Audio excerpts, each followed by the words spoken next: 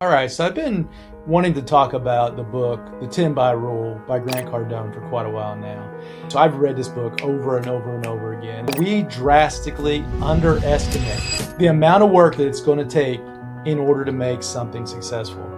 We don't fail because we're lazy. We fail because we underestimate that key principle, what it takes to make something happen. So why do most people fail? One conversation, one request, they sit back and they're like, I'm not being successful. And that's because they're being average. Number 4, and this is the thing that Cardone pushes, massive action. We underestimate how much effort it's going to take in order to become successful at something. Number 1 mistake is we underestimate the amount of effort. You should definitely go out and check out this book if you haven't yet.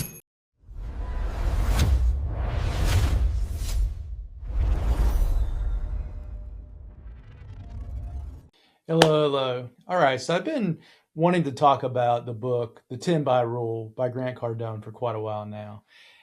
It's one of those books that's really spoken to me. I've always enjoyed it. So I've read this book over and over and over again. And it's kind of funny that it's called The 10 by, because me reading it over and over is exactly what it's suggesting, right? One of the big things that Grant Cardone talks about in this book is that we drastically underestimate the amount of work that it's going to take in order to make something successful. We don't fail because we're lazy. We fail because we underestimate that key principle, what it takes to make something happen. And what I'm going to do today is I'm going to go through the majority of these concepts that are covered inside of this book. And if you get an opportunity, you really should go pick up this book and give it a read yourself. I think it would be very beneficial. And so with that being said, let's go ahead and get started. So why do most people fail? Cardone talks about 4 things that are the reason that people fail. There's kind of these 4 levels of action. Okay. The first one is they do nothing. They sit around, they talk about it at the dinner table, or they'll be on these trips and they're talking about all the people, talking to people that they've met on vacation about all these great things they plan to do. But at the end of the day, they're not going to do anything about it.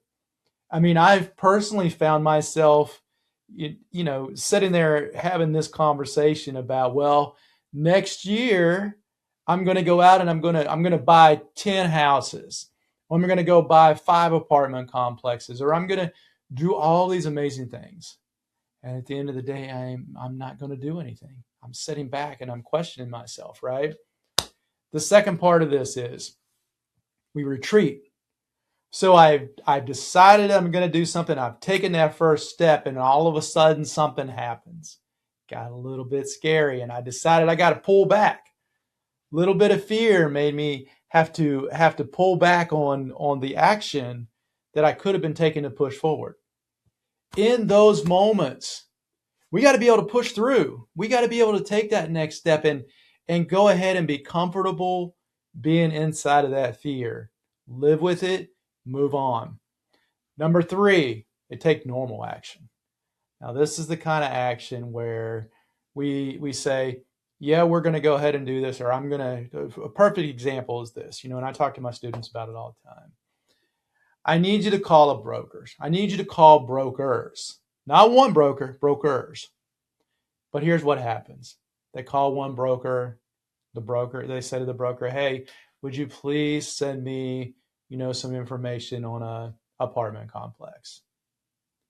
One conversation, one request, they sit back and they're like, I'm not being successful. And that's because they're being average, right? Next week, I might make another phone call to another broker and I'm going to feel really good about myself. But at the end of the day, that's not what's going to get me that apartment complex, right? It's not the kind of thing that's going to help me make real movement. Going to be like everybody else. Number 4, and this is the thing that Cardone pushes, massive action. Massive action. Now, what does that mean? Instead of calling one broker, I'm going to call 25, or I'm going to call 100, or I'm going to 10 by what I should be doing or what I believe I need to do to make it happen.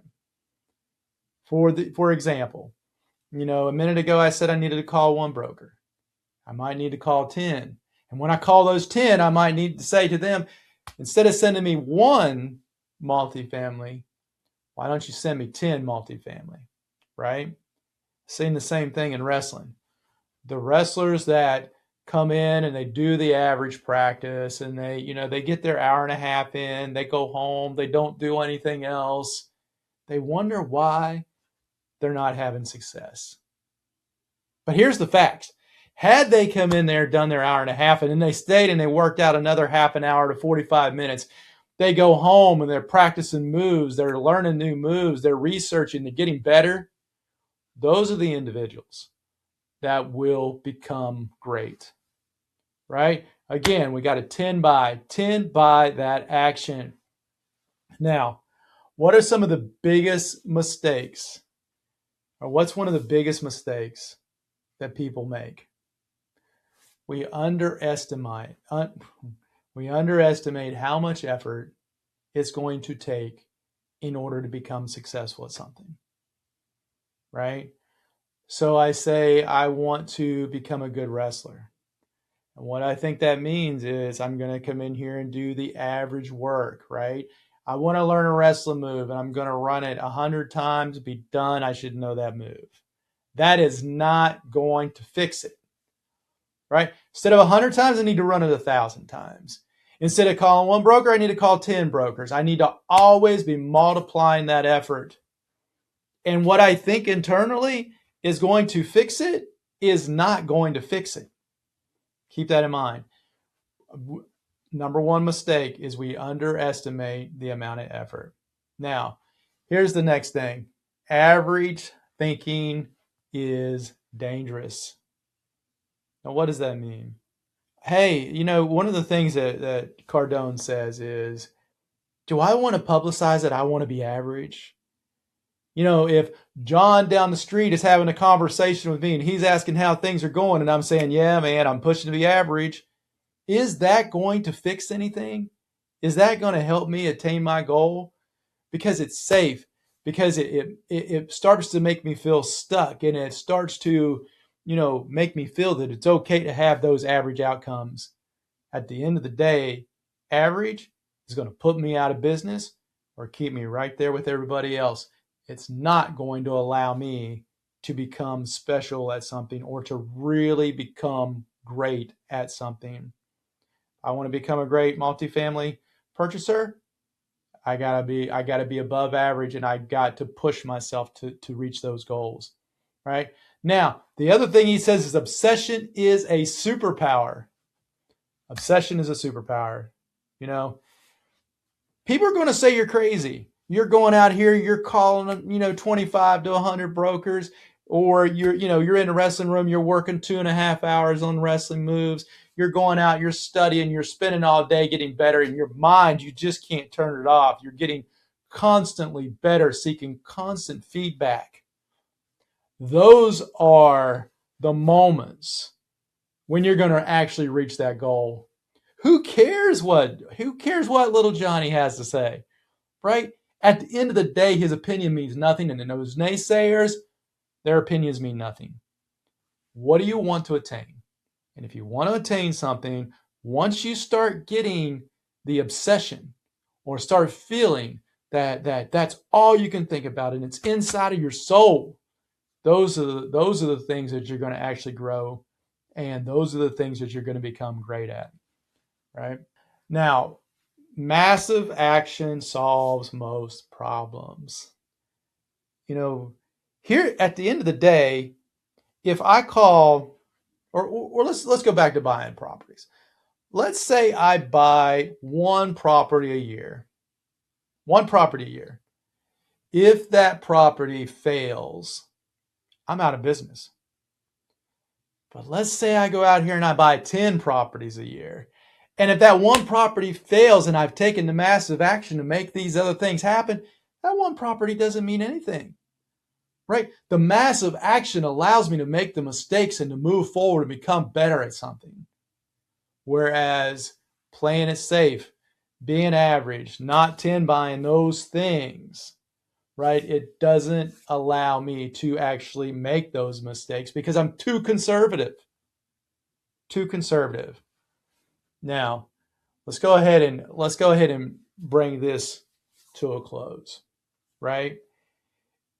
If you have fear that you are putting forth so much effort, right, then that means you are on the cusp of doing something great. You're on the cusp of doing something special. Because fear means we're growing. It means we're taking those chances and we're putting ourselves out there, right? So, what I want to leave you with is this.